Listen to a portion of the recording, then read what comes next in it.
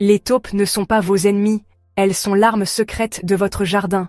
Vous pensez qu'elles ruinent vos plantes, mais et si elles les sauvaient? Comment distinguer ces aides incomprises des vrais nuisibles? Et pouvez-vous trouver un équilibre entre leurs bienfaits et la beauté de votre jardin? Découvrons la vérité surprenante sur les taupes et pourquoi elles méritent qu'on s'y intéresse de plus près. Bon, voilà le topo avec les taupes. Ces petites ninjas fouisseurs ont été injustement cataloguées comme les méchants du monde du jardin. Mais soyons clairs, les taupes ne sont pas là pour bouffer vos plantes. Non. Ces bestioles sont insectivores, ce qui veut dire que leur buffet de rêve, c'est les vers, les larves et les larves de coléoptères. Pas vos précieux bulbes de tulipes ou les jonquilles préférées de mamie. Voyez-les comme des agents de lutte antiparasitaire indépendants que vous n'avez même pas eu besoin d'embaucher ni de payer. Leur façon de creuser peut sembler chaotique, c'est sûr, mais c'est en fait la version naturelle de l'aération du sol qui améliore le drainage et mélange la matière organique. En gros, elles offrent à votre sol un soin spa pendant que vous vous détendez devant Netflix. Mais bon, voilà où ça se corse. Leurs tunnels peuvent parfois perturber les racines des plantes ou donner l'impression que votre jardin a été frappé par une mini-tornade de terre. Donc, même si les taupes ne mangent pas les plantes, leur talent d'aménageur paysager laisse. Si vous songez à rompre avec les taupes de votre jardin, laissez-moi vous arrêter tout de suite.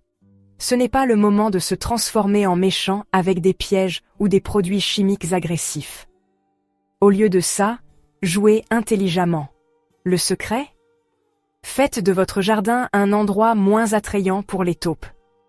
Pour commencer, réduisez le nombre de larves et autres bestioles juteuses du sol qui les attirent en utilisant des méthodes naturelles de lutte antiparasitaire. Ou mieux encore, plantez des plantes qui repoussent les taupes, comme les soucis ou les jonquilles.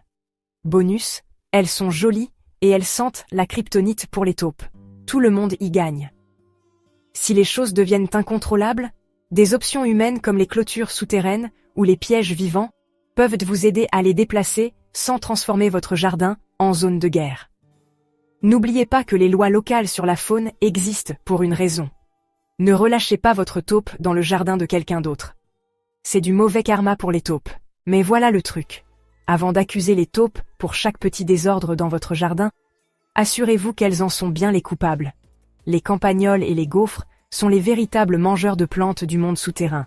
Et croyez-moi, ça ne les dérange pas de laisser les taupes porter le chapeau.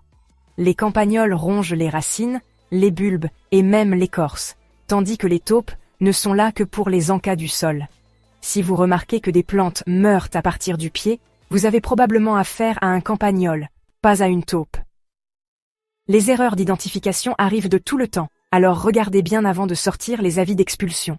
À long terme, si vous apprenez à coexister avec les taupes, votre jardin vous en remerciera. Ce ne sont pas des locataires parfaits, c'est sûr, mais ils font beaucoup plus de bien que de mal en contrôlant les populations de nuisibles et en améliorant votre sol. Et puis, cette pelouse bosselée n'est peut-être pas si horrible à regarder. C'est juste un rappel que la vie sous terre est bien remplie, désordonnée et plutôt fascinante.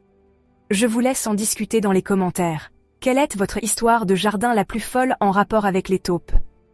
Êtes-vous team taupe? Ou pensez-vous que ces petits fouisseurs méritent d'être virés? N'oubliez pas de vous abonner si ce n'est pas déjà fait. Prenez soin de vous, prenez soin de vos proches, et on se retrouve bientôt dans une autre vidéo.